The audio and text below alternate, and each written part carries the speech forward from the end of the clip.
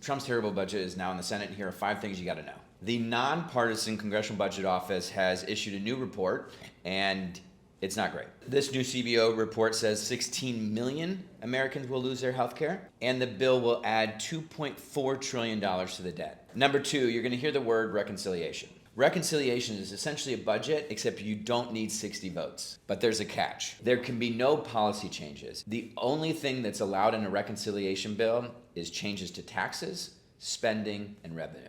Which leads us to number 3, the Byrd Rule. Named after former Senator Robert Byrd, the Byrd Rule is the mechanism in which senators decide whether or not something's allowed in reconciliation. Any member of the Senate can challenge any aspect in the bill. The decider is the Senate parliamentarian, not a senator. Elizabeth McDonough is the Senate parliamentarian. Number 4, here are some examples of what could be stripped from the bill because McDonough says that's just policy. There's language in here that would block states from regulating AI at all for 10 years. There's language in here that would dangerously weaken our courts. The language in here that pertains to Planned Parenthood may get cut. There's pay-to-play language in here for big oil and gas companies that if they give the federal government $10 million, they get these permits. These are just a few examples that are really about policy and should be thrown out. Number 5, they may not have the votes. This bill passed by 1 vote in the House. You already have a half a dozen senators saying they have serious issues with this bill. Elon Musk is crapping all over this bill. And then there's Joni Ernst. She did this. So they will be coming off.